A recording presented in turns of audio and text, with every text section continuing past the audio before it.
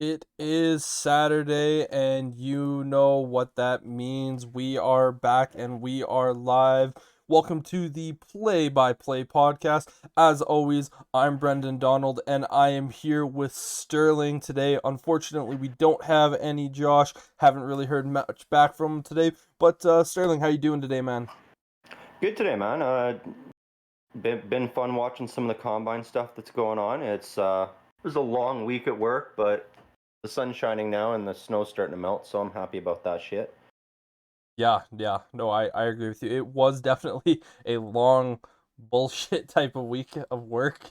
But yeah, we're not here to talk about work. We're here to talk about sports, particularly football. Obviously the NFL Combine started up this week, and there was a lot of really impressive things, to say the least, that have happened over the first 2 days of the NFL Combine. Obviously, we got to talk about Traquan Thornton, Baylor Bears wide receiver, putting up that electric 4.28 40-yard dash. It was initially, it was an unofficial time of a 4.21, which would have put him in the record books for the fastest 40 time ever run at the Combine, beating Jonathan Ross by just 0.01 seconds. But Oh, it was later changed. yeah. Yeah, and I mean, even then with that change back to 4.28, he's still the fastest 40 time at the combine so far. I mean, we haven't seen the cornerbacks yet, and they're usually the only ones that can really give the wide receivers a run for their money, so to speak.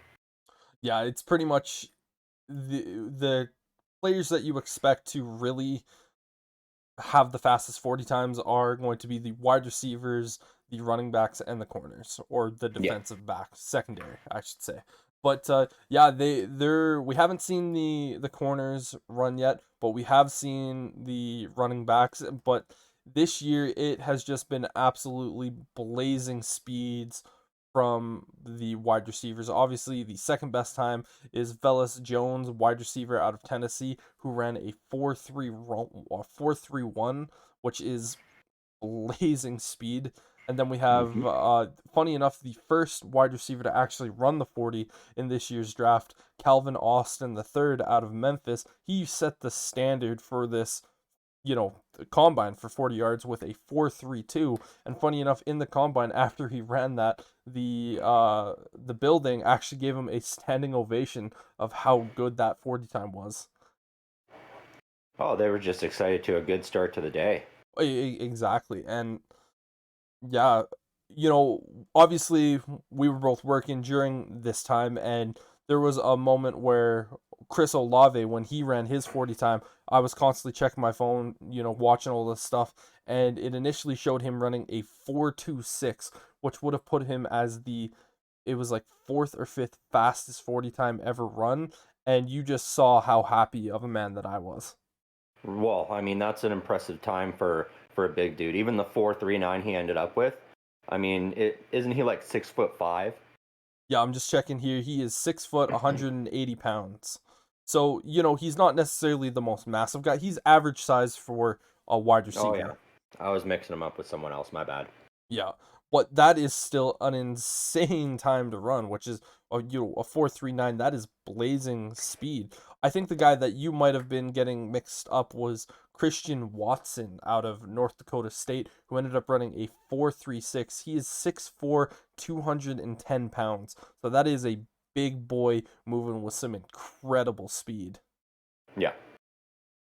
Yeah, and I really like what I saw from Christian Watson out of this year's play. Obviously, he was playing in Div 2, and whenever you have a guy who is in Div 2, you kind of have to have that asterisk of going, if this guy is elite, like truly elite, it's one of those ones going like, well, let's see how you did that at the Div 2 level.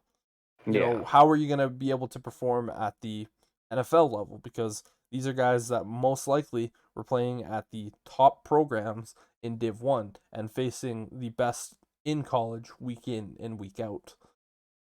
But yeah, no, Yeah, we it's got to still remember impressive. too that some of these guys that go to Div 2 schools, it's not because they couldn't get into a Division 1. It for some of them it's because they want to stay close to home. Yep. Without a doubt. Sometimes you get these superstar talents that are just they're homegrown boys. They want to stay home so their families can watch them play and go to college. Not have to pay for or live in the dorms or anything. They can still get home cooked meals from mama. Yes, indeed. Yep.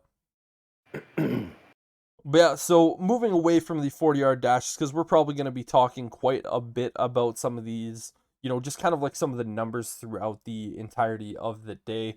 I want to move over to the quarterbacks and kind of what did you see? What did you like from the quarterbacks today or a couple days ago? Excuse me.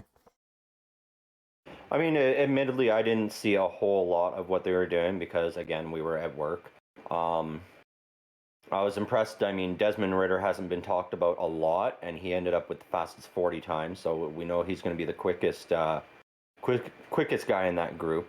I mean, I'm always sketchy on the quarterbacks with the combine because really a lot of the skills they put them through aren't extremely pertinent to what they do on a daily basis in game. Like how fast can they run? Great. I mean, you don't typically want a running quarterback. It's great if you have a Lamar Jackson or a Patrick Mahomes, but for the most part, you want a guy with a lot of brain power. If they could sit these guys down and give them an IQ test, that I would be interested in seeing from the quarterbacks. Yeah, one thing that we always see every year at the combine is Mooch sit down with a top NFL quarterback prospect, and he kind of goes over, like, he draws a play on a board, he flips it back over, he flips the board over, starts talking to him for a couple minutes, and then he's like, all right, draw my play.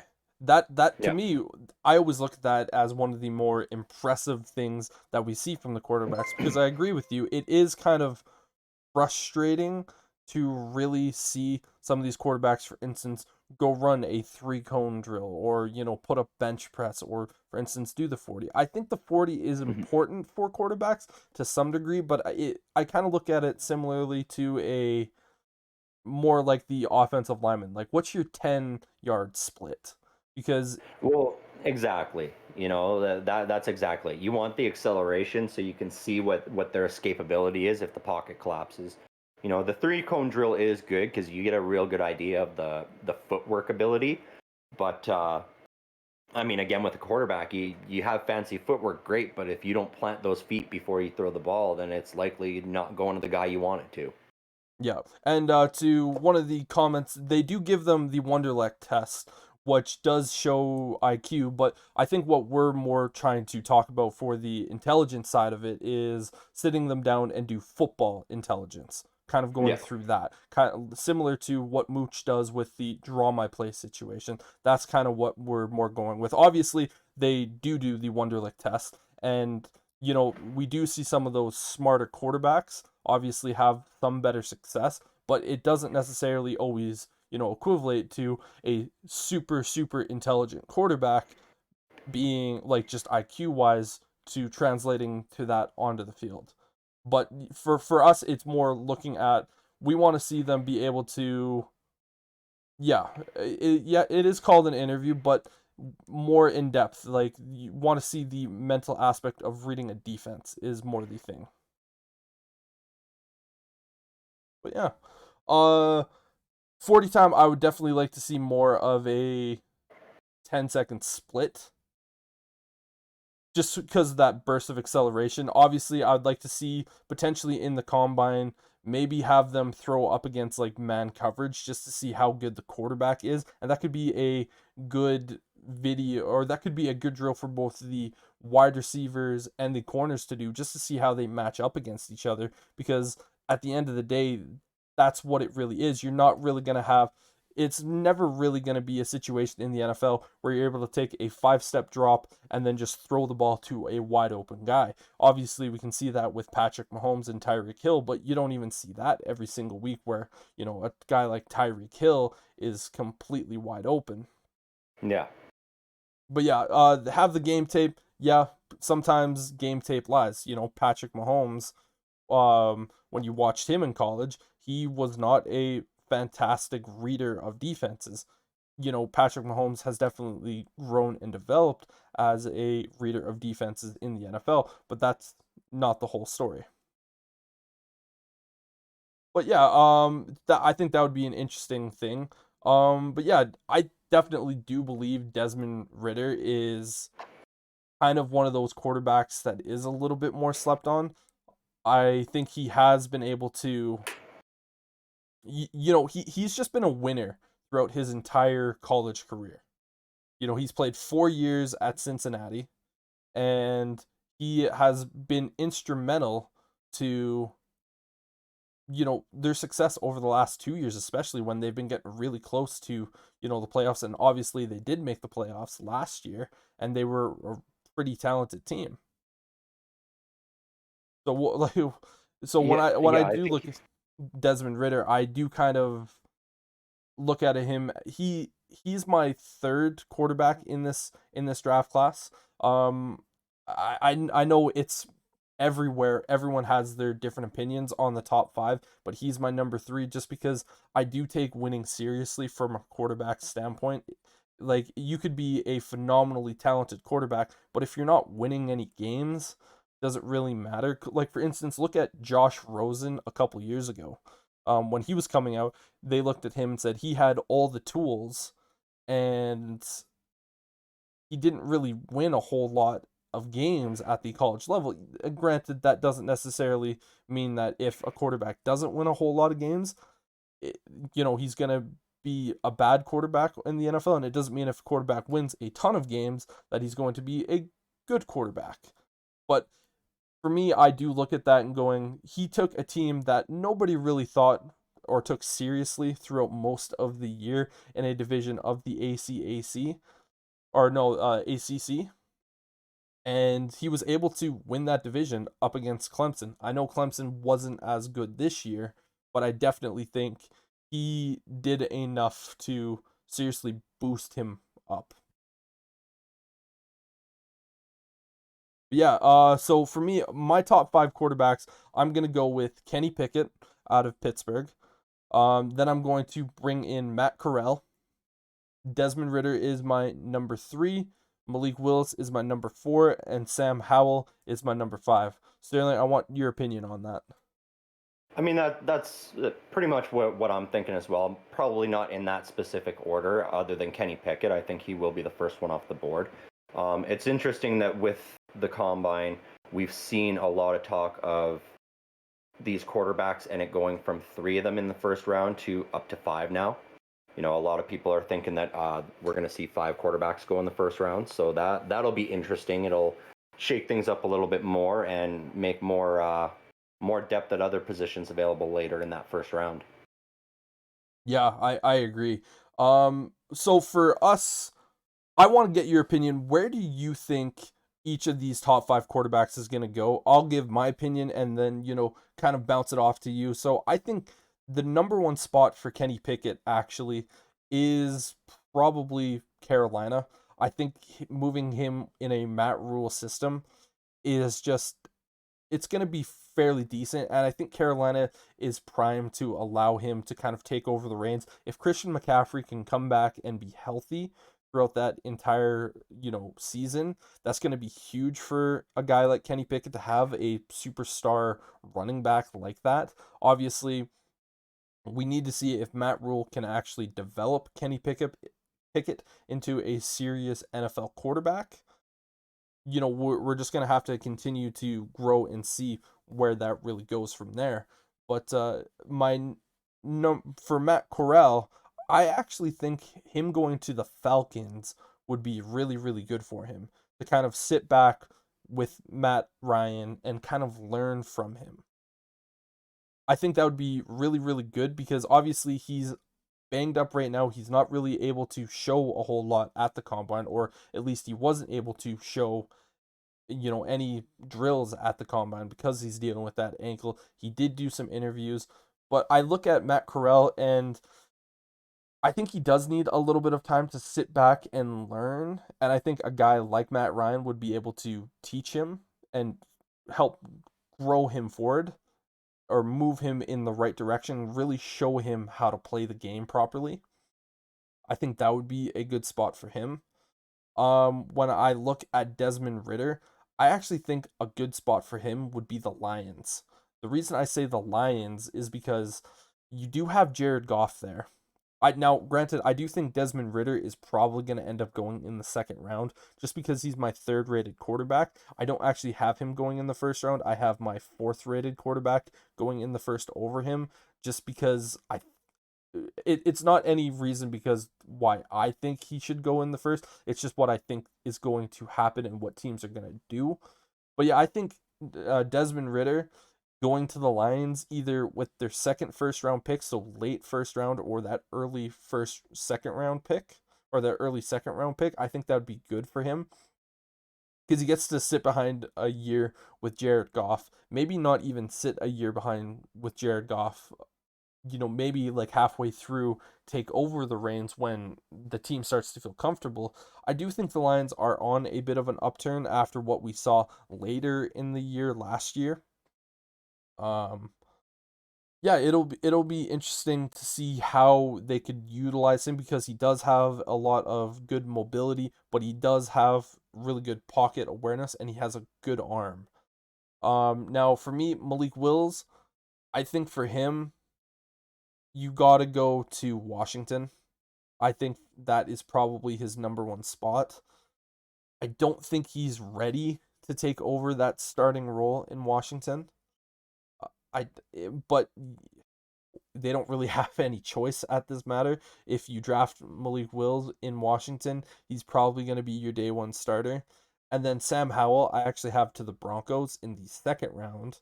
I don't think the Broncos are going to go after a quarterback in the first round. I think they end up taking Sam Howell in the second round. So I'll kind of want to get your thoughts on each of those spots. Yeah, I mean, I completely agree on the first one. I think Kenny Pickett's first off the board, and I think Carolina is where he's going to land.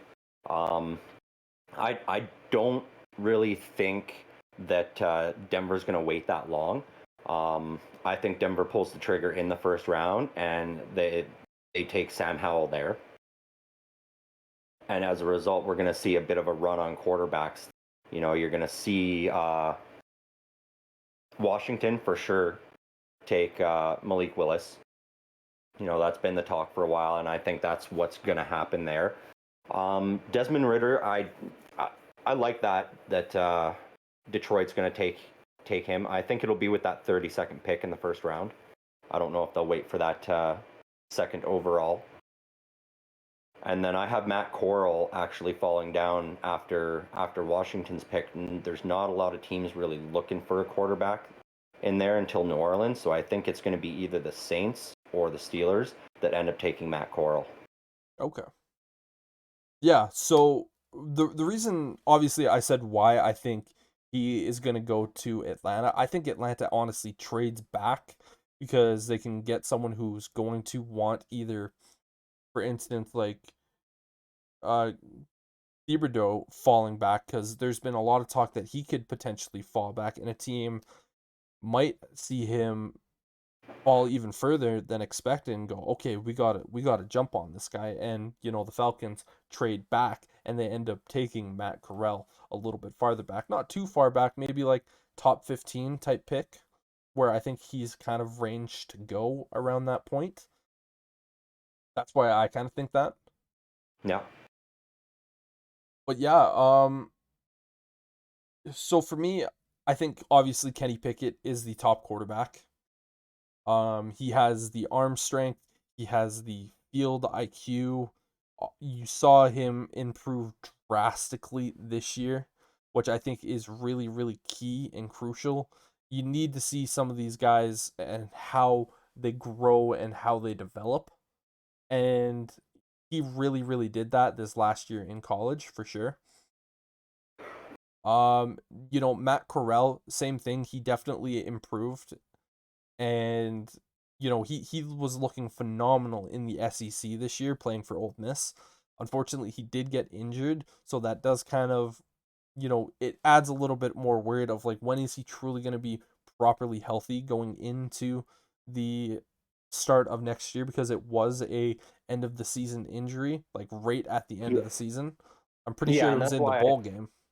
Yeah, that's why I think he falls down a little bit further down the board and goes in that 18 to 25 range, and that's why I think the Saints or the Steelers will take a chance on someone like a Matt Corral. Yeah, and for me, honestly, my number 2 team for Matt Corral was actually the Saints. Yeah. He kind of has a little bit of Drew Brees to him, and so I think that would actually not be a bad spot for him. But yeah, so for me, Desmond Ridder is my number 3 quarterback. I just look at him and go, this is a guy, if he can reach his ceiling, I very much seeing him have a career very similar to a Derek Carr, of where he's always talked about as being one of those guys that's like he's just consistently good. He might not win you a championship or take you to that next level, but he's going to be one of those guys that is consistently good throughout his entire career. Very similar to a Derek Carr. And you know what? With him, he might have a little bit more upside. For instance, going, okay, you know what? If I'm constantly good, you throw a couple of weapons around him. Hell, we saw Joe Flacco in the Super Bowl. We could see a guy like Desmond Ridder, take a team to that. But I just look at him and go, I have a little bit more faith in him being a consistently good quarterback than, for instance, my number 4, Malik Willis. For him, I look at him, and when I was watching a lot of his tape, one of the biggest things that showed to me was he was insanely inconsistent. And I know there's a lot of people that go, you can't look at all the inconsistencies, you have to look at the flashes, which I agree. That philosophy bit me in the ass when I was scouting Justin Herbert a couple years ago. I said Justin Herbert wasn't worthy of a first round pick, and I said anyone who took him in the first round is making a serious mistake because of how inconsistent he is. And, obviously we saw the Chargers pick him with, I think it was the 5th pick, or it was either the 5th or 6th pick in that year's draft. And you know what? They developed him, and they allowed him to remove all those inconsistencies and just truly play with what the flashes you saw on tape were. Now, I think with Malik Willis, some of his flashes, they're jaw dropping, and you look at him, if you were to just look at the highlights of it and only the good highlights, you're like, this guy's going to be a top 5 quarterback in the NFL.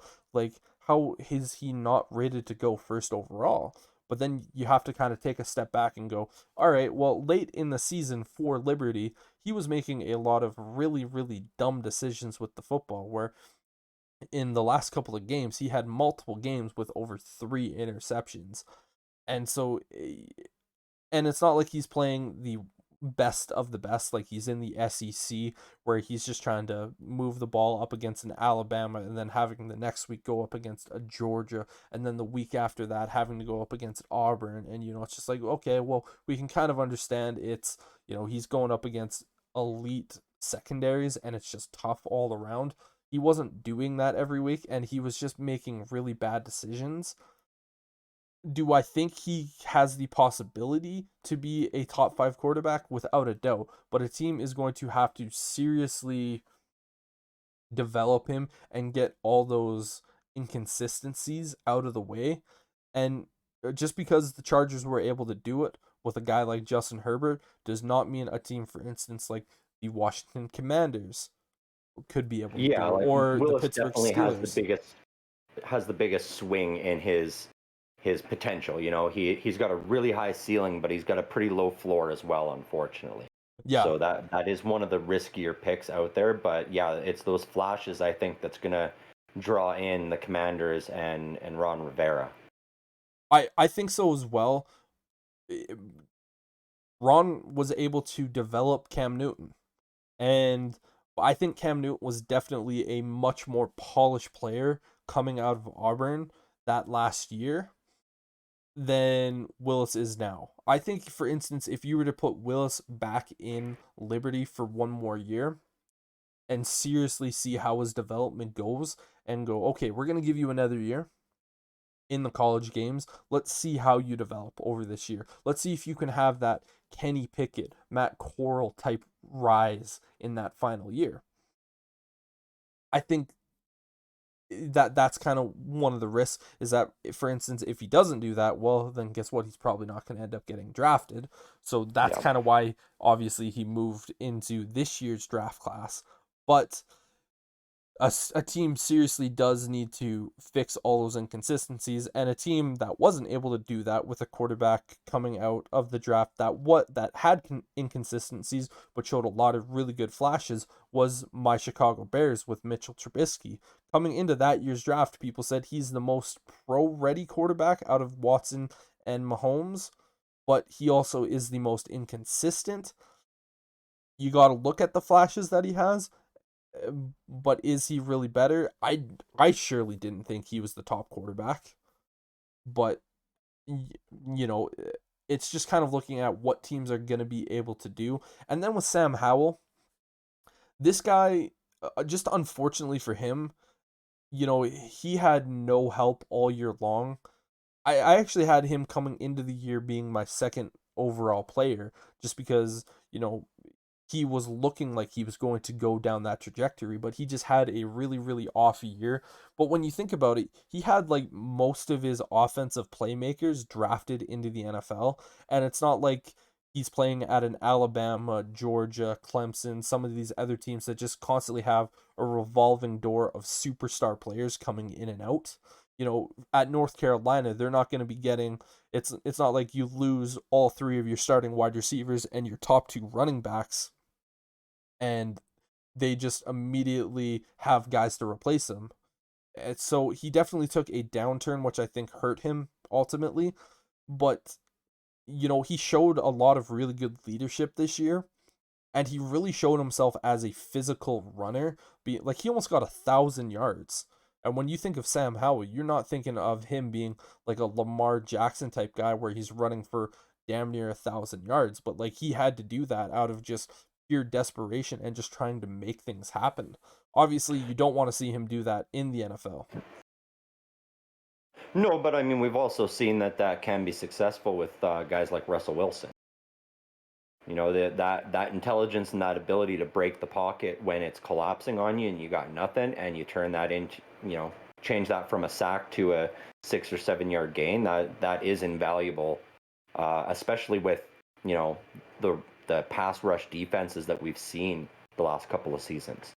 Guys are getting after the quarterbacks hard, especially when you got guys like Lamar Jackson and Pat Mahomes. They're looking to collapse that pocket quickly nowadays. And so that's why you need that quick thinking, quick intelligence, and then the foot speed to be able to move out of that collapsing pocket and turn nothing into something. Yeah, I hear you. But you also have to remember, with a guy like Russell Wilson, he has elite mobility. With Sam Howell, he has good mobility. It's just that he was more doing that strictly out of desperation and forcing something to happen on the ground, just because he literally had no one around him. So I think, actually, out of these five quarterbacks, Sam Howell, if you put him in a good situation where he has players and talent around him, similar to what a Denver has, because Denver has a lot of good, talented wide receivers. They have some good running backs. You could actually reunite him with one of the running backs that he had last year, because he ended up going to the Broncos in the second round last year. I want to say it was Williams. So you could reunite those two guys, and you'll have a phenomenal tight end in Noah Fant. You have a pretty decent O line. So I think for Sam Howell, he could actually be a sneaky good second round pick. And I really do think the Broncos are going to wait. And the reason that I think the Donkeys will wait here is because this is still a John Elway run team. We talk about it every single time we talk about the Broncos. There's always an asterisk there of, it is a John Elway run team. And I don't think either of us have faith in John Elway seriously running a team. Well, and as we know, they're likely still going to be trying to go after one of those marquee quarterbacks in Aaron Rodgers or Russell Wilson. And at that point, do you really want to spend that first round pick on a guy like Sam Howell? I have a feeling that if they don't take him in the first round, he will be gone by the time it gets back to them in the second round, and we'll see them going after somebody like a Carson Strong instead. And I think that won't pan out as well for them as Sam Howell would. Oh, without a doubt. I think once you kind of get past these top five quarterbacks, it really is kind of a free for all in kind of looking at it going like, all right, like who is really gonna be a guy that we can rely on? Like at least with last year, when we had those top five quarterbacks in the class when they were taken out, we still had like two or three guys that we were looking at going like, you know what, like a Davis Mills, he still could be a good enough quarterback in the NFL. Like last year was a rich quarterback draft. Like it was one of those drafts where you had potentially like 7 or 8 guys that could lead a franchise in the future. And this year you have 5 guys that you're looking at going like they could lead a franchise, but then after that it's kind of like, ugh, like what else do we really have there? But yeah, I do think if Sam Howell is still there in the second round and getting pretty decently close to the Broncos, they might just end up trading up for him because they don't want to let him go and they do need that quarterback situation. Obviously, if they go out and acquire Aaron Rodgers, I don't think they end up even drafting a quarterback in this draft. It's going to be simply we are putting all of the weapons and pieces that we need around Rodgers to A, make him happy, and B, help our team get to that point. But as you and I have discussed before, even if Rodgers goes to the Broncos, he's still the third best quarterback in that division, which is saying a lot. Yeah. Um, but yeah, at the end of the day, Elway is still he runs the show for that team. They have a general manager, but it is John Elway's decision at the end of the day, no matter what. Um, yeah, it's gonna be interesting to see how these top five quarterbacks go out, and I do think there is the potential to see a run on these quarterbacks decently early on, but yeah. So you had a couple of combine stories that you would like to talk about. Hit me with one of them. Well, one of them, since we're talking about the quarterbacks, was Matt Corral. There was some talk that his field awareness wasn't quite where a lot of teams wanted it when they did their interviews with him, and that from what I was hearing was dropping him down a lot of teams' boards, and that's why I had Sam Howell actually going off the board before him. Kenny Pickett, Malik Wills, and Sam Howell all before Matt Corral, and I had him falling to almost that 20 range where the Saints or the Steelers could potentially get a steal out of Matt Corral. Because while I think, maybe during those interviews it didn't go as well for him, with the right coaching staff, I think he could still be the one of the best quarterbacks out of this draft. I think Desmond Ridder and Kenny Pickett are the 1-2 for sure, even though Desmond Ridder is likely not going to go till the second round. But as far as like football ready and ready to play now, Matt Corral, I think, could step into a role where he's only used sparingly with a more run heavy offense, and he could be very successful. Yeah, I can't argue too much with you on that one there. Because Um, like he didn't put up a lot of stats last year, but he also didn't make a lot of mistakes. He yes, didn't throw very many interceptions. yeah, and I find it weird that some of the teams out there in the draft interview process, and I wonder if this might just be some teams blowing smoke out just because they want to try to get him to drop a little further. We see it every single year with players where just something seems to come out around the combine where it seems to be kind of a smoke screen where you're kind of looking at it going like, what? Like I Hmm. remember last year around the combine, obviously we didn't have a combine last year, but around this time there was reports about Justin Fields not having a good work ethic. And there's people going like, "Oh, he's a first guy in, last guy out. He doesn't really put in the effort." And you just listen to, for instance, his head coach Ryan Day and all the other players that were around him. They're like, "What are you fucking idiots talking about?" Like he is the first here and the last to leave, and he's doing more than everyone here combined. And so I do kind of look at Coral and go and wonder if it might just be a smokescreen, because he was a pretty good reader of defenses from what we saw at the college level, and he was playing in the SEC. So some of these Mhm. situations, it was like it was legitimate tape that you were watching. Well, yeah, and if I'm not mistaken, he threw the fewest number of interceptions out of all those top five quarterbacks. I would need to look at that again because I don't have the numbers directly in front of me. But yeah, he was definitely on the lower side of it. And he also put up like 48 passing touchdowns. Like 48 touchdowns through the air is pretty impressive, especially in the SEC, where Yeah. that is a insanely tough thing to do. If we were talking like the Pac-12 and we were seeing 48, I'd be like, yeah, yeah. Or, for instance, the ACC. But yeah, the SEC is Well, one of those divisions where those corners are NFL corners. yeah, and I mean, a part of his fall could be related to that injury late in the season as well. Yep. I definitely think the injury is going to bring him down a little bit and allow him to fall, because it was an ankle injury, and Yeah. so we'll see how much that hurts him moving forward. But yeah, what's the other combine story that you got for Well, us? the other one was interesting because for the last several weeks we've been talking, and a lot of it has been, you know, um, Evan Neal is definitely going in the first few picks, and then Aiden Hutchinson as well. But we also had Kayvon Thibodeau in that top three. Every week we talk about it, it's sort of those three that are going one, two, three. What order, we're not entirely sure.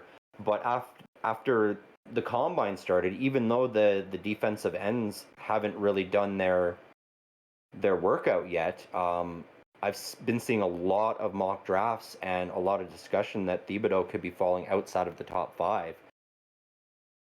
Yeah, and I think the only reason that we are potentially seeing him drop out of the top five, it's definitely not to be with his talent level, even if he necessarily hasn't interviewed as well. But yeah, I agree with you. I have been seeing even some mock drafts, even like 2 weeks ago. It started to show him falling out a little bit more, kind of either being picked in the top five, like the later end, like 4 or 5, or kind of going like 6. I haven't seen him any like getting past that point in any that I've personally seen. Yeah, But I've seen I a few where he falls to that second Giants pick at 7, and I've seen one as well where he actually falls to the Falcons at 8. Wow.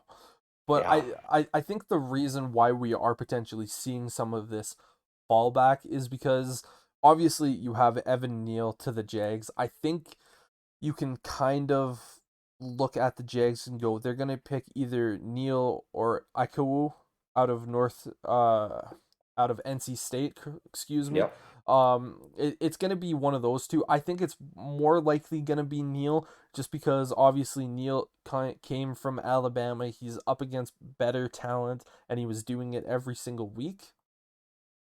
Then you have obviously Hutchinson, who is just a world beater, and we're gonna really see out of either Thibodeau and Hutchinson today, actually, who is the more polished kind of player and who is the more athletic freak. Because I think with those two, it's always gonna be 1A, 1B, Hmm. and they're always gonna kind of be tied and connected at the hip for that.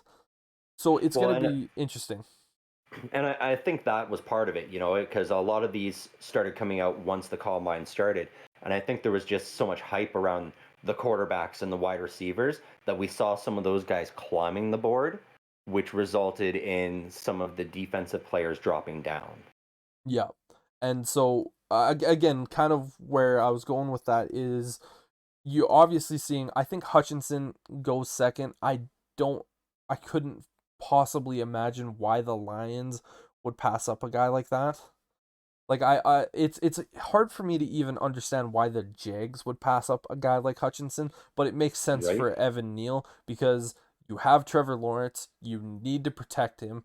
we obviously saw in this year's Super Bowl with Joe Burrow that if you don't have a good enough offensive line, doesn't matter how talented your quarterback is, if your quarterback is getting sacked 7, 8 times a game, you're not going to be able to win.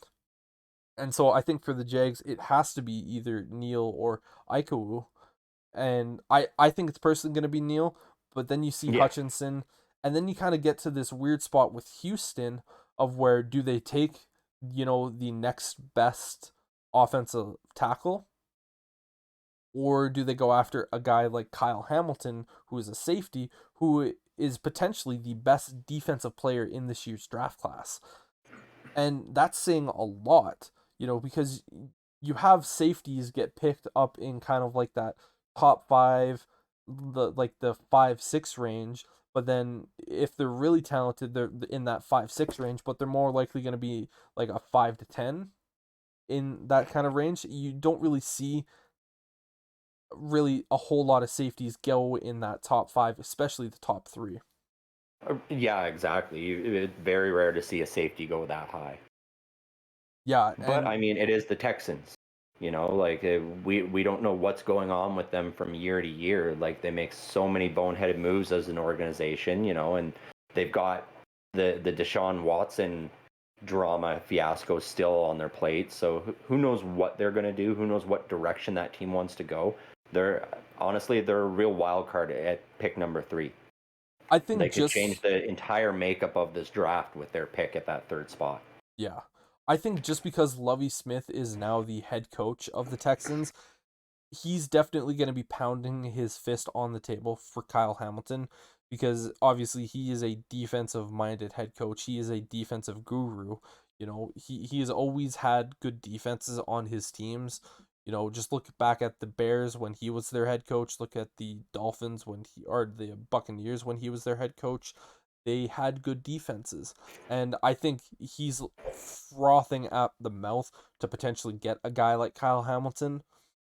And I think that's probably why we're seeing more teams or more mocks kind of see Thibodeau drop, because I think once you get to the 4th pick, which I believe is the Jets, they need to add, upfront help for,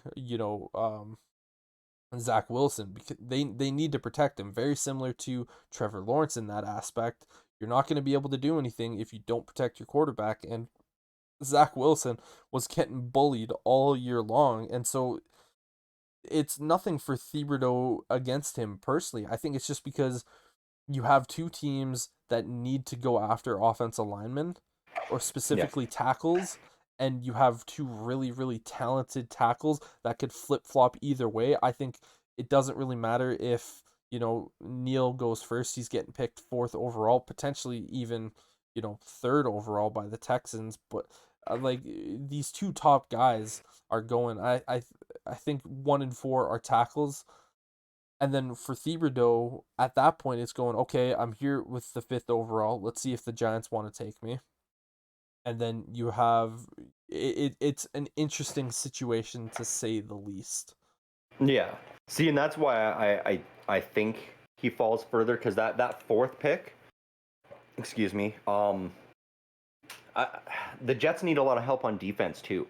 And so if you see Kyle Hamilton go off at number 3, then there's a good chance that we see Derek Stingley go off number 4 for the Jets, because they need secondary help desperately as well. And at that point, I think is why we're seeing Thibodeau fall to that 2nd Giants pick, because they look at it, they know the Panthers are going for a quarterback, likely Kenny Pickett. So that gives them the opportunity to take Ekwonu at number 5, and then on the other side of that 6th pick, take Thibodeau at number 7.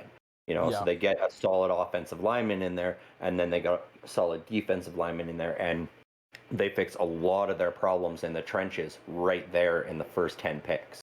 Oh, exactly. And kind of like looking at this draft class, obviously from what we kind of have mocked so far with this is, the first 4 guys. If the Giants, with this Giants pick, there's been a lot of talks lately that the Giants are going to trade away James Bradbury. And so if they end up doing that, obviously they're going to need a new corner. And at that moment, why not go after, some of these top corners in the draft, like a Derek Stingley?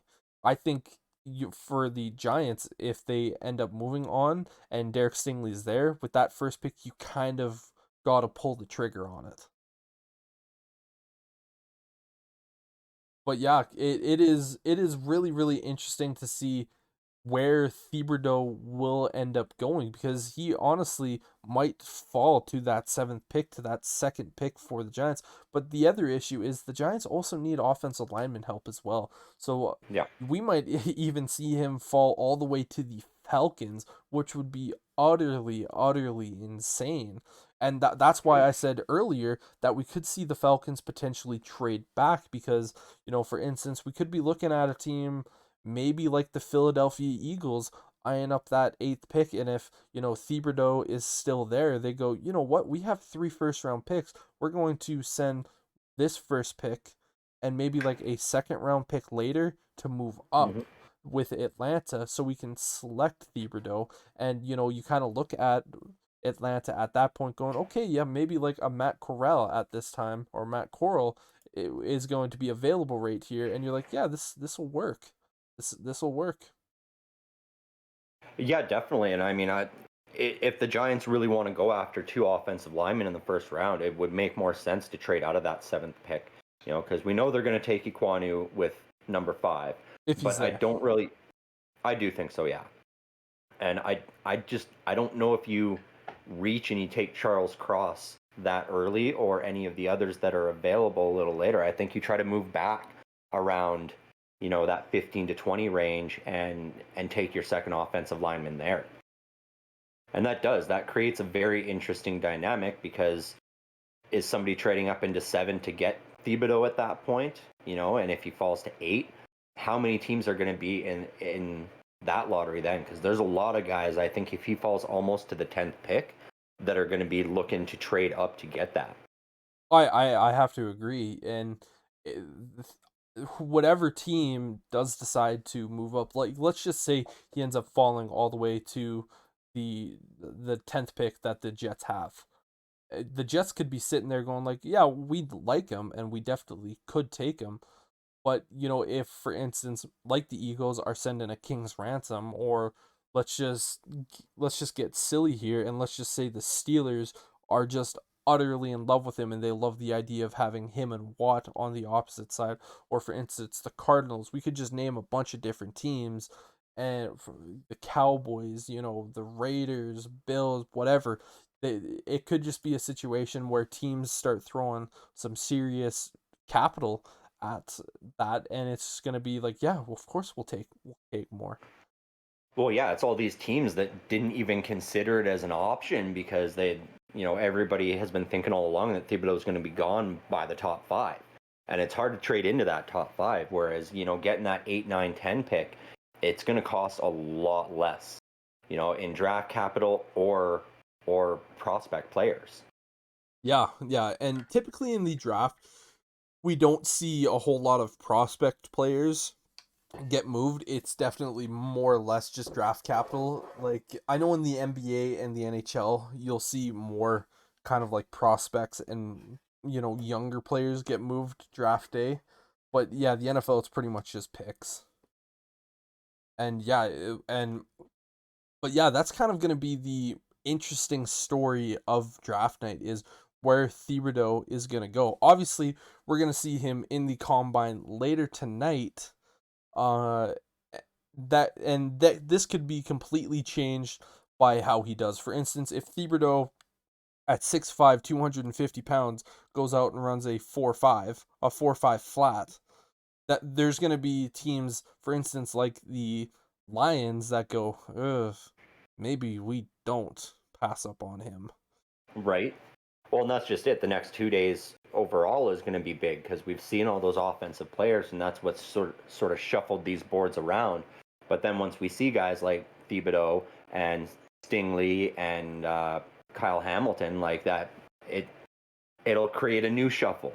We're going to see all kinds of different things. You got Devin Lloyd, who's the top rated linebacker right now. He could move up. if he does well enough in these combines and in these interviews. Yeah, I agree with you there.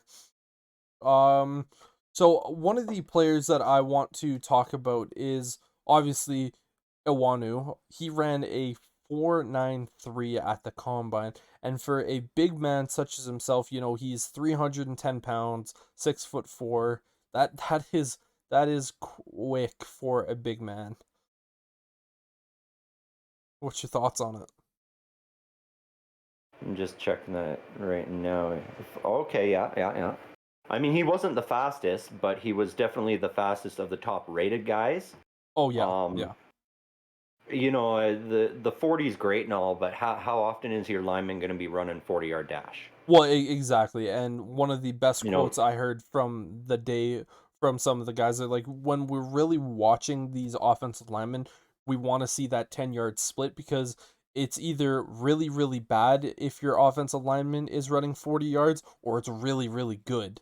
But there's yeah, no in between on that. And so, yeah, that's why it's more important for the 10-yard kind of split. Unfortunately, I don't see the split here, which is kind yeah. of. I haven't been able to find it anywhere either. But yeah, if he was capable of running a 4.39, chances are his 10-yard split was probably pretty good as well. Like I Yeah. don't imagine it being too bad. Well, and it wasn't a 4.39; it was 4.93. 4.93, sorry. Yeah, yeah. Four Just three. a big difference between those two speeds for an O lineman. Yeah, Yeah. if we saw an offensive lineman run a 4.39, it would be like, all right, yeah, we're gonna draft him. Yeah, I'd be drafting him going, you're not playing offensive line anymore. You're playing tight end. Learn how to catch the ball. I'd be throwing him at running back, going like, "You're 310 pounds and running a 4.39. We are handing you Right. the ball. You're gonna put your arm out, and you're just gonna end up murdering someone because you push their helmet with that speed and size." Yeah, exactly. But yeah, so one of the things that I do want to talk about with the NFL Combine is they have pretty much all of the same positions, run the exact same drills. Obviously, the physical events are the 40-yard dash, bench press, the vertical jump, the broad jump, the three cone, the 20-yard shuffle, and the 60-yard shuffle. Obviously, for a lot of these guys, like the 40-yard dash, the offensive lineman, the defensive lineman, don't really need that for those guys. Just because, again, if on both sides, if like a defensive lineman is running a 40-yard dash, either something good or something bad happened. Yeah. And I mean, it it's does depend on the defensive scheme you play as well. Sometimes that's an important factor for your defensive linemen. If you're using them a lot to drop into those flats to cover screen passes and things like that, especially against a guy like Tyreek Hill, you're going to want a really fast offense or defensive lineman that can get out there quick.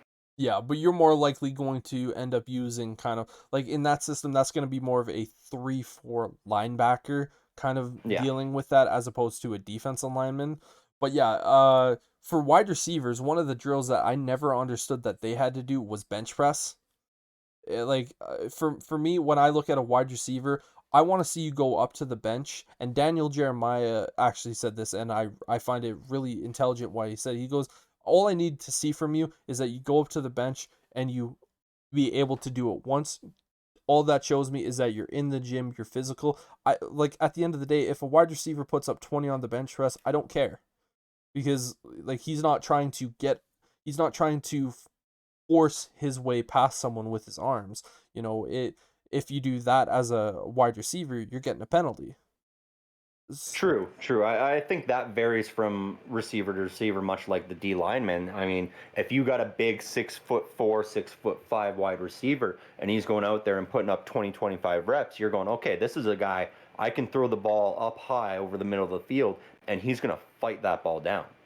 So it's an important stat in some cases, but again, that falls more into the play scheme that you're using. Yes, yes, and that kind of goes similar to me for corners and safeties in that bench press. For me, when I'm looking at those guys, I want to see the 40-yard dash. I want to see like the three cone, the shuttles, the vertical. Like Mm-hmm. those are the types of things that I want to see. Obviously, I understand why they do it, but it feels like for me, like the way to make the combine better is to take some of these specific groups and eliminate some of the unnecessaries. It feels Well, like. eliminate and add. It's like we were talking about with the quarterbacks earlier. Like, granted, there are team interviews and I can't remember the name of it. That one test that they give them, but that's Wonderluck. not really released to the public. We don't get to see that very easily, and it'd be nice to see some more specific skills related to each individual position, as opposed to just this blanket of these 7 drills that one or two will apply to each position, and that's kind of it. Yeah, I definitely look at the physical drills that we see. Obviously, like the 40-yard dashes, the bench presses. They're, to me, less impressive. I want to see what's happening in the positional drills. And obviously, some of the positional drills are kind of silly. Like, I'll look at the one where the, defensive linemen or the linebackers have to start on the ground, push up, slap the bag, and then go across it. And it's just kind of like lateral momentum, but it feels like you can do potentially a different situation or a different drill to see that. But I do get it. It is an interesting situation. But yeah, so one of the conversations that we are going to be talking about here today is obviously some of the cuts that happened this week. There's really only one cut that has confirmed to happen, and then there's another cut that is potential to happen. Obviously, Kyle Rudolph, the Giants tight end, was released. Simply, the Giants just wanted to save $5 million in cap space. What's your thoughts on it? Yeah, it makes sense. I mean, that's exactly what we're seeing a lot of teams do right now. It's crunch time to move out any contracts that didn't pan out for you and you need some cap space. I think we're going to see a lot more over the next few days, so we'll have way more to talk about next week about in regards to this. I don't know if your Bears are speculating on cutting anybody, but I know the Steelers have a couple guys that they're looking at probably moving out that have pretty hefty contracts. Yeah, I know the Bears are probably going to end up giving the boot to a couple guys. For instance, like Danny Trevathan. Yeah. Um, he's making a bunch of money, and he's injury prone. He missed the majority of last year, and even when he was healthy, he was only coming in for really suspected rundown plays, which in the NFL, if you have a guy and you're paying him a buttload of money to only really come in during those rundown plays in a passing league, it's not worth it in my opinion, especially when he's aged. So I can see him being moved on from. Yeah. Um, Tariq Cohen is another guy that I could see the Bears move on from. Obviously, the Bears have David Montgomery and they have Khalil Herbert as their number 2 running back. I, yes, Tariq Cohen is a really good gimmick player, but yeah, I struggle to see that if we're gonna continue to pay a running back number like high quality number 2 money, and he's not even gonna be our number 2. It's time to move on. And of course, he missed all of last year due to injury, and he said, "I don't want to come back unless I know I'm going to be the exact same player that I'm gonna be." And to me, I go, obviously, you want to come back feeling good and feeling like yourself, but there has to be a time of where you look at it and go, either you call it or you get out there and play. You're being paid money to go out there and do it. I do understand that you don't want to, feel like less of a product. Like when I was boxing, I definitely pushed through injuries and continued on. Like I came back probably earlier than I should have when I tore my rotator cuff, but it was what it was, and I was still able to compete at a high level. Yeah. But yeah, so that's going to be an interesting situation to see with the Bears if they do decide to move on from Cohen. Yeah, how about you? Who is kind of in the rumor mills for these Steelers? Well, the big one in the Steelers is middle linebacker Joe Schobert. When we made the trade for him, it looked like a great deal on paper, but that middle linebacker core of Schobert and Devin Bush was easily the worst positional team on Pittsburgh, and possibly one of the worst in the league as well. They allowed so many run yards up the middle. It was just abysmal. And Joe Schobert's on the hook for $8 million next year, and I don't think you can take a gamble on whether a guy that's been in the league as long as he has is going to get that much better in the offseason. I I can't think imagine Schobert is 100% cut. I don't think he'll be coming back next year, and they'll be looking to fill that hole with maybe one of the free agents that's out there, or possibly somebody in the draft, depending on who falls where. Other than that, it's going to be more just lower paid guys that the Steelers cut out. So it's a lot of real salary cap help. But that $8 million from Schobert is going to be a big help in going after somebody like a Brandon Sheriff, or even just signing and retaining some of these guys that have contracts that they need to work out. Yeah. It's gonna be interesting to see if the Steelers end up cutting him, and for instance, potentially trading away Devin Bush. It looks like they could potentially completely restructure their linebacking core, which obviously, what you were saying there, it was the worst positional group on the team, and it might be the worst positional group of linebackers throughout the league. If that's the case, then it's one of those things. Obviously, if this guy is making, $8 million, I forget how old he is. Is he in his early 30s? He's getting close to there, but I mean, he's been around the league a lot. He was drafted by Cleveland originally, and then who was it he was playing with? Was it Carolina, or can't remember who we made the trade with to get him, but I mean, he's not on his rookie deal anymore. Let me see if I can pull him up. But yeah, so it is one of Yeah, those things where it is like just completely moving on mhm. from the individual.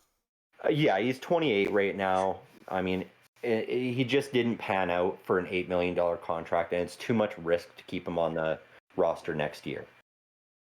Yeah, and That money can be spent much, much better elsewhere in shoring up the trenches.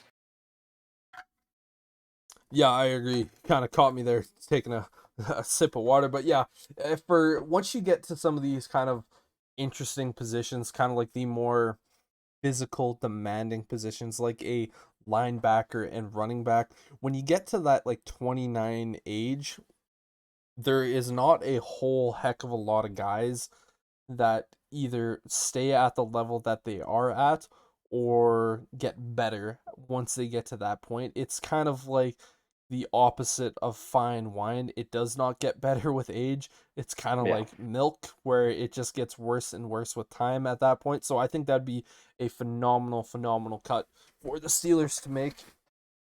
Oh, definitely. And I mean, that, like I said, there's not a whole lot of other big contracts that they're going to look to move out. I don't know if they move on from Devin Bush right away, because it's tough to rebuild a linebacker core when you play a 3-4 like Pittsburgh does, and to get rid of both of those, because then you got Watt and Highsmith on the outside, and you've got nothing up the middle. Yeah. And they don't have a lot of draft capital this year, so I think they will keep Devin Bush around and give him an opportunity to improve, because as we discussed, last year was his first full season back from a pretty bad injury.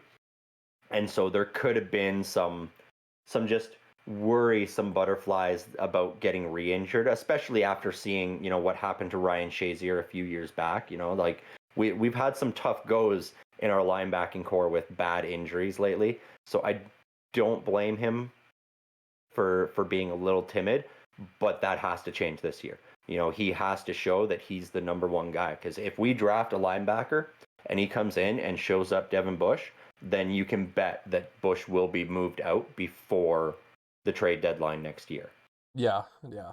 But moving away from our teams, one of the other teams in the league that's really interesting and making a lot of news is the Dallas Cowboys. I was They just about to bring this up. right, they were they obviously won their division. There's a lot of talk that they've kind of got that division on lockdown if they can keep their core together and keep playing well. But they're currently shopping around Amari Cooper with the hopes of getting something back for him before they cut him, because I don't think they keep him on the roster. They don't have that cap space. They're right up against it. And the other one that's being talked about is Ezekiel Elliott might also be on his way out of Dallas. And that is a real interesting one, because there's a lot of teams that could use a big running back like that. So I'm curious to get your thoughts on where Elliott might land, or if Dallas tries to restructure his contract. Yeah, so first I'm going to go with Cooper, and then eventually make my way back to Ezekiel Elliott. But yeah, to me, when I initially saw that tweet by Ian Rappaport that the Cowboys are going to be cutting, it is confirmed they are going to be cutting, but they're not doing it exactly yet. They're saying like, yeah, we're going to shop him around, see what teams are going to offer us. If we get something that we like, then we're going to move on from it. I don't think that's going to happen, because Amari Cooper is going to be getting like $20 million next year from the current contract that he has. And I just think most teams are looking at that going, yeah, I'll wait till you come out of free agency and give you the deal that I want to give you. Well, that's just it. Announcing that you're going to cut him anyway, why would any team offer you anything? The only reason that a team would offer anything is because they want to get him and they don't care about the cap situation, and they do not want to be in that risk of potentially being in a free agency battle. For instance, you could see, I'm trying to think of like the Jets, for instance. Like, let's say the Jets are like, you know what, we want to get Zach Wilson, a premier wide receiver. And they're like, you know what? We're more than happy to send a second round pick to the Cowboys for him. We've got cap space. We're a young team. Whatever. We want him on our team. We don't want to risk losing him in free agency, because he might necessarily look at the Jets in free agency and go, no. But if he gets traded, well, it doesn't really matter at that point. He's going to go. And I don't think Amari Cooper is a diva to the point where he's going to be like, no, I'm not going to do that and pull an Antonio Brown with the Buffalo Bills. Well, no, especially with $20 million on your contract. Yeah. Just take that $20 million, play in New York for a year, and then move on. Exactly. I think that's kind of like one of the only situations that I will really see a team going after it. I know that makes sense. A team that really has no shot to land him in free agency. I see what you're saying. Yeah, or maybe not necessarily a shot to land him, but have lower odds to land him, because I think Amari Cooper going to any team or in any situation for free agency, he can go to theoretically any team. It's just that there are teams with a higher chance and there are teams with a lower chance, and I think the Jets are potentially one of those teams that are lower on that board. Oh, definitely. I can think of 3 off the top of my head that would be higher than that. So as can I. Yeah. But yeah, so I think when Amari Cooper eventually gets cut, because I do think he is going to get cut, I don't think anyone's going to, send Jerry an offer that he likes, which is the interesting thing. Because, yeah, again, that could be a situation where it does have to be Jerry Jones going, for instance, like, no, you're going to send us a first round pick. People are going to be like, fuck are you on? No. Right? What are you smoking? Like, pass that over here. I want that level of just insanity for a few minutes. But yeah, I there's been a lot of talk with the Bears with this news coming out that they could go after him. Obviously, we haven't heard really anything concrete. It's just mostly been like media people talking about it. I don't hate the Amari Cooper move to Chicago. Obviously, one of the free agents that I was potentially thinking of bringing into Chicago was fellow Dallas Cowboys wide receiver Michael Gallup, which is interesting because they are willing to keep Gallup, who I believe is older. He is going to be cheaper, but they're currently working on a deal, but he's older than Cooper. And what I would say is not as good as Cooper. They're willing to work with him as opposed to keeping Cooper. But yeah, I think part of that is the price. I think so as well. We'll have to see what Michael Gallup gets. Something to get under that salary cap. Yep. we'll see what the Cowboys give Gallup, because if it's a big contract, you're just kind of looking at it going like, why the fuck did you get rid of Cooper? Right? Yeah. I don't hate him coming to Chicago. I wonder how much you would have to pay him. The Bears could afford him whatever he wanted. We could pay him. I don't have issues with that. I think he would want to come to Chicago because Chicago is one of those historic football cities, and the idea of playing with Justin Fields is appealing. But I would be concerned if they would give him like a $20 million per year 4-year deal. I'm looking at that going like, ugh, like Cooper's good, but he's not that good. Like he Yeah. struggles against press coverage. Like obviously growing up with a Raiders fan, my father being a Raiders fan growing up, he would always be insanely frustrated watching Amari Cooper just simply because it's like he can't beat man coverage.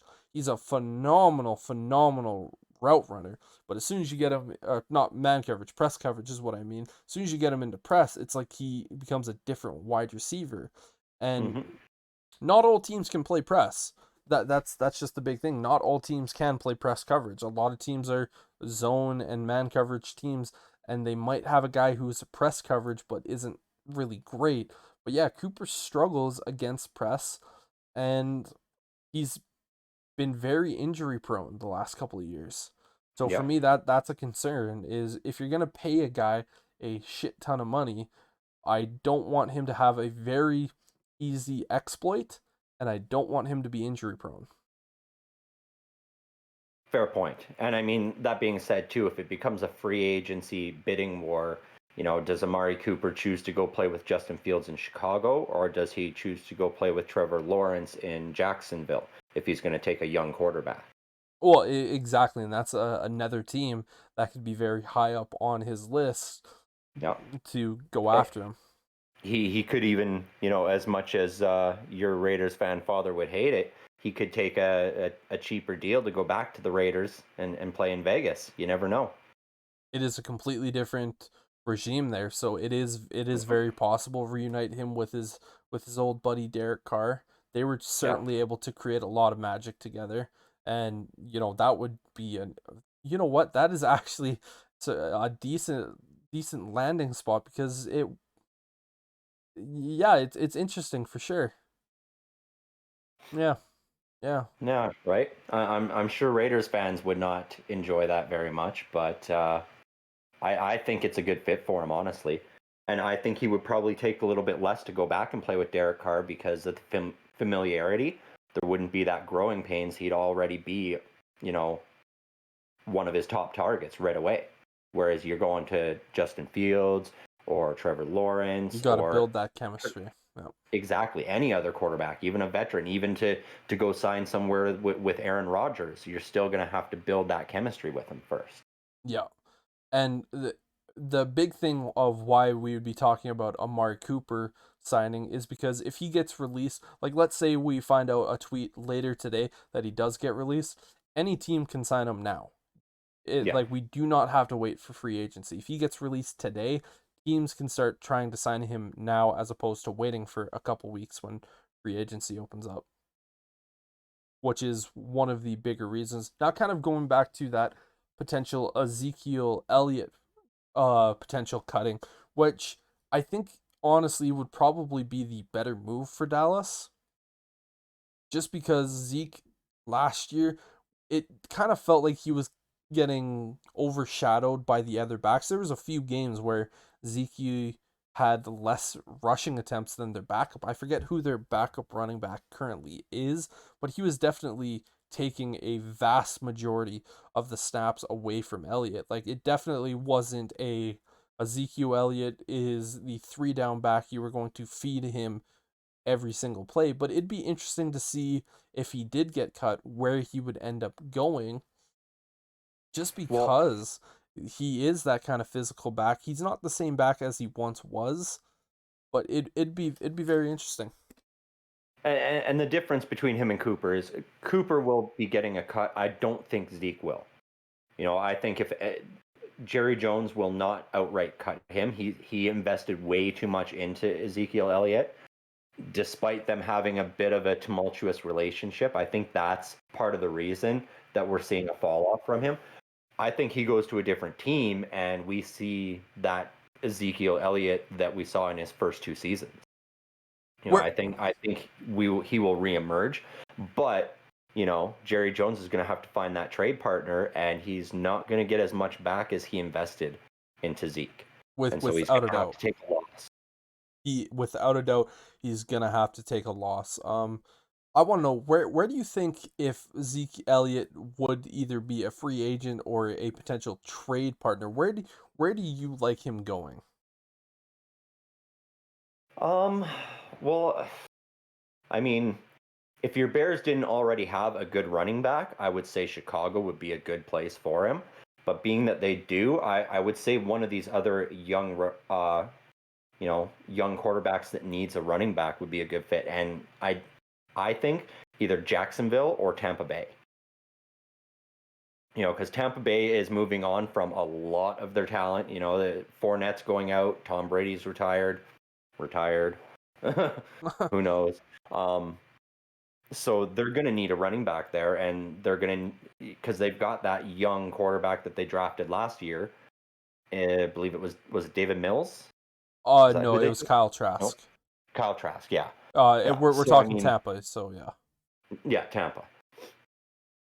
Yeah. And so I think those two would probably be the premier landing spots that have enough both draft capital and pieces that they could send back to Jerry Jones that would make him happy.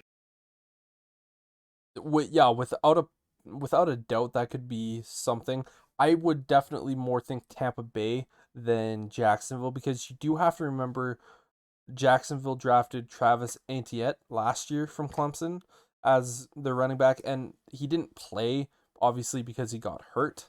But him coming out, he seriously gave a lot of competition to Najee Harris of who was going to be that number one running back in the class. And obviously Harris was able to stay healthy the entire year and play, and Etienne wasn't able to. And when you have him be able to be, or when you already have that connection between him and Trevor because they both came from Clemson, that is going to be absolutely huge. And I would look at Zeke Elliott being more of like the power back kind of guy in that role, but you're not going to be trading for Ezekiel Elliott and giving up what you would. I think you could get a 3rd-round pick for Elliott, but I don't think you're trading away a 3rd-round pick if you're the Jags for Ezekiel Elliott, or trying to pay him the amount in for potentially free agency to just come in and be that guy to go get you 3-4 yards every so often. That's fair. That's fair. So I mean, who do you think? Where would you think would be a good landing spot for Ezekiel Elliott if Jerry Jones can make a trade happen? If a trade could happen, I could see the 49ers potentially going after him. They've always been a real running back by committee. Obviously, that to me is more of a free agent move than a trade type situation. I think Yeah. See, and most. I don't believe Zeke is going to be a free agent. I think he still has 2 years left on his contract. No, I'm talking like It's if the Cowboys cut him. yeah, fair. I don't think they could cut him. Yeah. Yeah. The big thing for me though is I just don't see any team really going out there and trying to trade for Elliott, just because the last few years he hasn't been the same. He's making a stupid amount of money, and there has been concerns with his character in the past. And to me, I'm always a person who says I want high character guys, and I don't. I think a lot of teams just kind of have that similar approach, and I don't know if there going to be a team willing to draft, or not draft, I mean trade for Ezekiel Elliott with that contract. It's kind of similar to that Amari Cooper situation. You're going to be paying him a lot of money, and you're going to have to give something away for it. And if you could potentially get him in free agency, which again, realistically not going to happen. I think the Cowboys are going to keep him if they don't Yes. get him. But yeah, it's one of those things just like, do I really want to trade something away and get a massive contract for a guy that hasn't been living up to that contract? Well, I've got a scenario for you then. Since Josh isn't here, he and I were talking this week. We are both in the belief that Russell Wilson will not be leaving Seattle because there was a story that came out that the Washington Commanders offered Seattle 2 first-round picks, a second-round pick, and Chase Young for Russell Wilson, and Pete Carroll hung up the phone. Yeah. Well, Which tells me Russell Wilson is staying right where he is. And so then, at that point, could Seattle be a potential trade partner for Dallas? You know, they had a lot of success when they had that big power back style of Marshawn Lynch. Could they try to recapture that with somebody like Ezekiel Elliott and move out some of those defensive pieces that haven't really been panning out for them in Seattle to bring in somebody like Ezekiel Elliott? it is definitely interesting to think of that for sure. I'm just trying to look at Seattle's cap space. Yeah, But because yeah, I could not believe that they wouldn't take that. Like, if Washington called any other team in the league and were like, we're going to give you 2 firsts and Chase Young, you're getting 3 first-round picks. yes, yeah. Like, any player at that point. Like, I'm surprised they didn't make that call to Green Bay. Right? You know, try Yeah. and get Aaron Rodgers. I think Aaron or the Packers would be silly to not take that move. I think the Seahawks are silly to not take that. Well, here's why I'm not shocked at that, because the Chicago Bears last year around this time, they said you had Ryan Pace and the general manager of Seattle, I forget what his name is, but they had a deal done where Chicago was going to send 3 first round picks and 2 defensive players over to Seattle for Russell Wilson. The Seattle general manager accepted the deal, went back to Seattle, and said, "Hey, Pete, the Chicago Bears are sending us this. We're taking this deal." And Pete Carroll said, "Fuck yourself? No." Yeah. And, I think Seattle fans are kind of sit back going like, we could have had 3 first round picks from Chicago. We could have had, 2 defensive players that were starters for their team. And we didn't take that. So I honestly think at this point, Pete Carroll has basically just stated that Russell Wilson is untouchable. Which is unfortunate for the Seattle organization. Like, It nothing is. against Russell Wilson. He's a No. phenomenal quarterback. I just I don't see them winning again. You know, they had those couple of really big years, and it's just fallen off further and further every year. And the more time that goes by, the more we see that it's Pete Carroll that's the problem. You know, last year turning that trade down, you did 3 first-round picks, defensive starters. You say no. This year, 2 first-round picks, and probably one of the top 5 at the very least, if not top 3, edge rushers in the league in Chase Young, and you still say no. And it's like, man, what are you doing to this team? You're obviously just enamored with Russell Wilson, but you're not going to win another championship this way. You know, you're gonna coach yourself right out of the league with these bad decisions. Yeah. And it's kind of felt like Pete Carroll has been going in that direction for a while anyways. And Seattle, actually, I just looked it up. They do have $35 million in cap space going into this year. But do you really want to spend that 35 million and add in that, what is it, like 12, 13, 14 billion of Ezekiel Elliott? When, for instance, their running backs they've been happy with, and you can potentially go out and draft a running back with one of their picks this year. And with That's Seattle true, but I not mean, having a whole lot of picks anyways, it doesn't.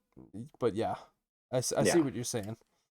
It fits Pete Carroll's MO. He wants stars, but obviously only on offense. Yeah, no kidding. Right? Like, they don't have very many picks, but when they're being offered multiple first round picks and they're still not taking that up, it's obvious that draft picks are not that high on their list of priorities. It has to be for Pete Carroll, because I can't imagine the general manager sitting back and going Right? we don't need any of these first round picks, or like any picks. Like, what is that? Like, we'll Yeah. do everything through free agency and yada yada yada. I'm like, it's a very interesting, to say the least, type situation. One player that Yeah. I And do want to bring up here is kind of moving forward from this, because I think both of us truly believe that Ezekiel Elliott's not really going anywhere. We're just trying to, shoot the shit honestly with it. But J.C. Jackson, corner for New England, New England has basically said, we're not gonna franchise tag you. We're still gonna be in talks with you, but it's really sounds like he is gonna be in free agency, and with him being the top corner available in free agency this year, obviously depending on what happens with James Bradberry, if the Giants end up trading him or if they release him, that could be two really really good elite corners hitting the free agency market. Which one of yeah, those I two mean guys would you rather that's have? I can't believe that they wouldn't do that. That they wouldn't franchise tag him and keep him around. At least for a year. Right? I mean that But that's to still Bill me, Belichick, though. that's true. Yeah, Bill Belichick is one of those guys that doesn't like to pay a lot. I mean that would thrust him kind of right to the top of that cornerback value list. Without a doubt. Because outside of him, really, what is there out there? Stephen Gilmore, Joe Hayden, Kyle Fuller. Well, with Stephon Gilmore, he is going to be, like, I know Carolina is really in talks with him to keep him on contract. Yeah, Like, because they like him. They like him. And I don't see any reason for them not to keep him, you know? But yeah, yeah, I'd have to imagine if J.C. Jackson does end up hitting the free agency market, that it is going to be a bidding war for teams to go after him. And this was a guy that I did say a few weeks ago that I'd like to see my Chicago Bears try to sign in free agency, yep. because I think I, you putting him on the opposite side of Jalen Johnson, that is a no-fly zone. Like, that is scary, hmm scary, scary. And there have been reports that, Ryan Poles, Chicago Bears general manager, might try and bring in why am I forgetting his name? Uh gotta give me a second here with this one.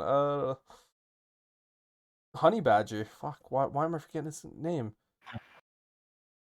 It's, oh my god, um, Kansas City Chiefs safety. yeah, I can't help you. Okay. But Tyrann Matthews, there we go. Jesus. oh, okay. Yeah, so there's been talks that potentially the Bears might try to bring in Tyrann Matthews to play alongside Eddie Jackson. And then if you hmm also have, for instance, JC Jackson come in, I'm sorry, but that secondary is like, how do you do anything against that? Can you afford both of them though? I think you look at Tyrann Matthew at this point, he's had his big payday. He's had his Super Bowl. So now I truly believe he's going to go into this situation of where he just wants to have fun. Yeah, And he wants to go somewhere that he believes in. Play with some of the players. He's been a massive fan of Eddie Jackson and has been calling his name out for years, saying like how much he thinks Jackson is one of the better safeties in the league. And I truly think Eddie Jackson was one of the top 5 safeties in the league 2 years ago. I think that's fallen off, but I think if you add him and Matthews together, it could be a seriously good duo and maybe get Jackson back on that pace. And yeah. obviously, if you go after a guy like J.C. Jackson, you're going to be spending some cash, and that'll be interesting for sure. But yeah, you need to see something there. Yeah, I mean, you definitely would be spending the money for JC Jackson because he goes free agency, and there's going to almost all the teams in the league are going to be looking at that because I mean it's tough to get a top tier shutdown cornerback still in his 20s. Yeah, and he's what, like 26 years old? So that is insane to think about. Well, I mean, even Pittsburgh Steelers with Joe Hayden going to free agency, that would be a significant upgrade over Hayden, both in age and quality of play. Without a doubt. And obviously, the combine is going on right now from the defensive linemen. We do have Jordan Davis, defensive tackle from Georgia, ran a 4.82 at 341 pounds. Jesus Christ, that boy is moving. That he is. But yeah, at this point, I think I'm pretty happy with some of the conversations we've had. Don't really have a whole left here on the docket. I want to thank everyone for coming by and stopping and having a conversation with us. We all hope you have a good rest of your Saturday and a good rest of your weekend. Enjoy the NFL Combine. Thanks for stopping by. Have a good weekend.